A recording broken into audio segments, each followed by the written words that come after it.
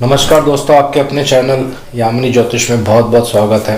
तो बहुत दिनों बाद आज एक वीडियो जो है बनाने जा रहा हूँ छोटी सी। थोड़े से हेल्थ इश्यू हैं, इसीलिए बहुत सारी वीडियोस में गैप पड़ गया है, लेकिन मैं कोशिश करूँगा कि आने वाले समय में थोड़ा जल्दी और वीडियोस बना सकूँ।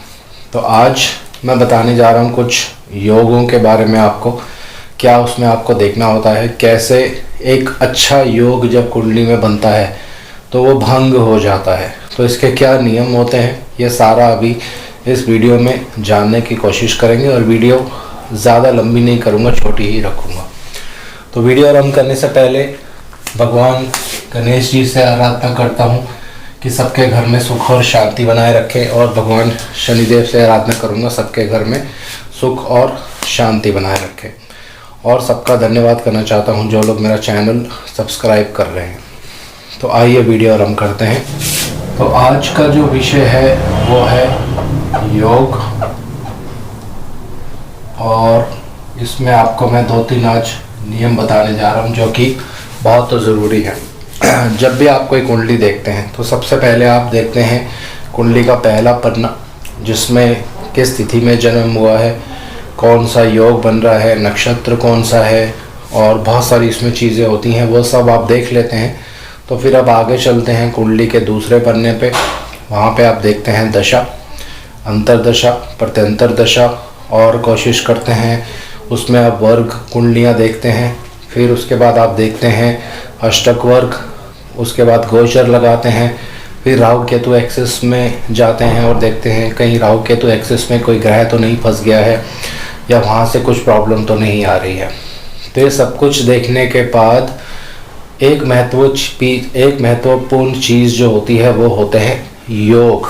जी हाँ, ये देखना हर एस्ट्रोलॉजर के लिए बहुत ज़रूरी होता है कुंडली में कि क्या योग बन रहे हैं आपकी कुंडली में, क्या ये योग आपको आने वाले समय में राजयोग की तरह फल दे सकते हैं या नहीं दे सकते हैं। ये आपको देखना अवश्य आना चाहिए।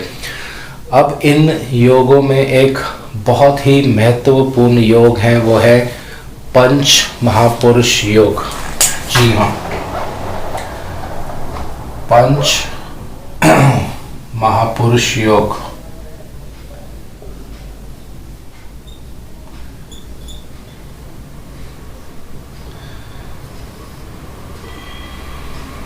तो ये जो योग है बहुत ही एक सुंदर योग है।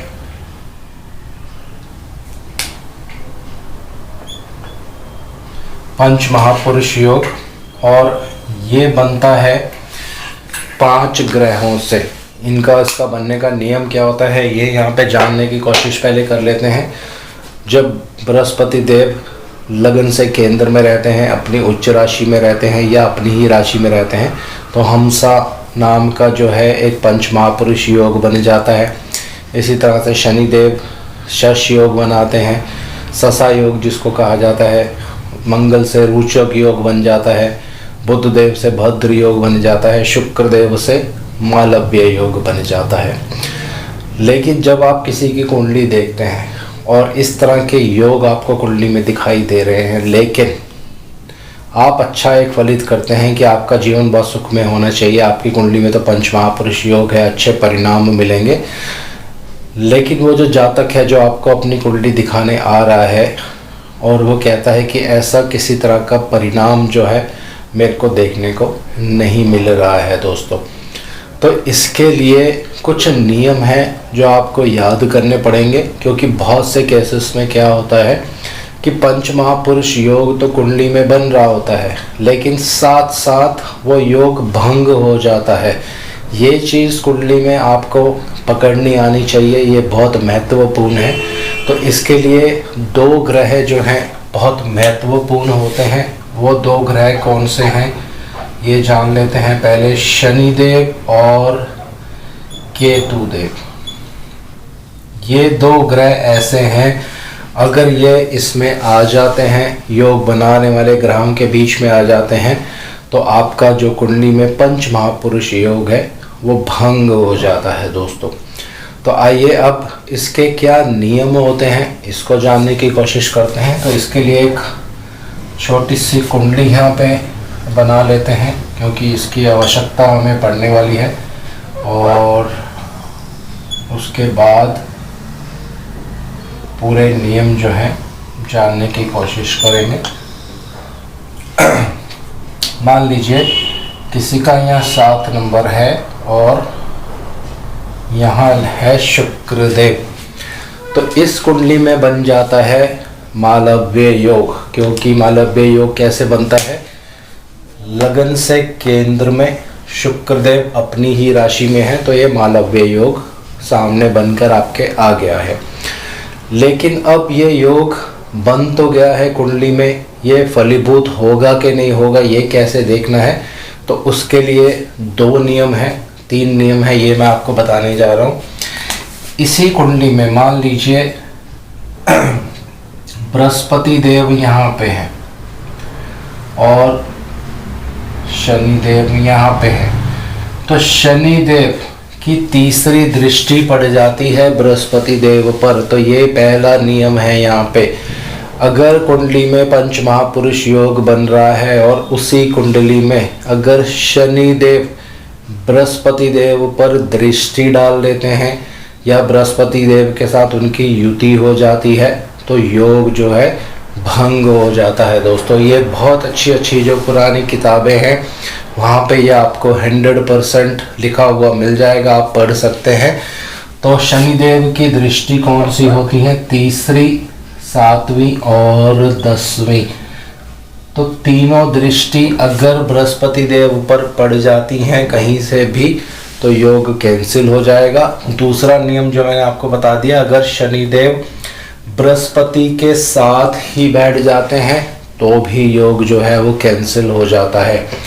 अब दूसरे प्लैनेट है केतु देव, यही सिनेरियो है यहाँ पे, लेकिन इस कुंडली में शनि देव बृहस्पति देव को नहीं देख रहे हैं, लेकिन केतु देव अगर कुंडली में शुक्र देव के साथ आके बैठ जाते हैं तो आपकी कुंडली में जो मालव्य योग बन रहा होता है वो भंग हो जाता है। यहाँ पे दोस्तों केतु देव अगर साथ बैठ जाएंगे तो योग भंग हो जाएगा। लेकिन एक रूल है यहाँ पे, आपको क्या याद करना है, केतु देव की दृष्टि आपको यहाँ पे नहीं लेनी है, सिर्फ युति आपको लेनी है।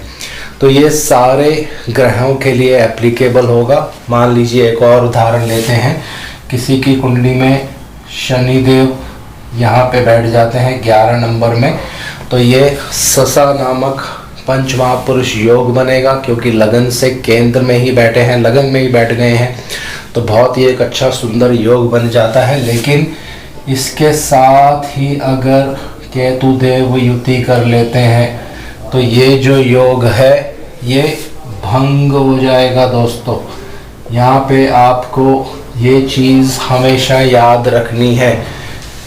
और दूसरा नियम जो मैंने आपको बता दिया, इसी तरह का योग अगर कुंडली में बन रहा है और ये शनिदेव बृहस्पति देव पर अपनी दृष्टि डाल देते हैं तो भी ये ससा नाम का जो योग है ये भंग हो जाएगा। ये आपको बहुत ही एक सुंदर नियम है ज्योतिष का, ये आपको याद रखना है और हर कुंडली पे इसको आप लगा के देखिए।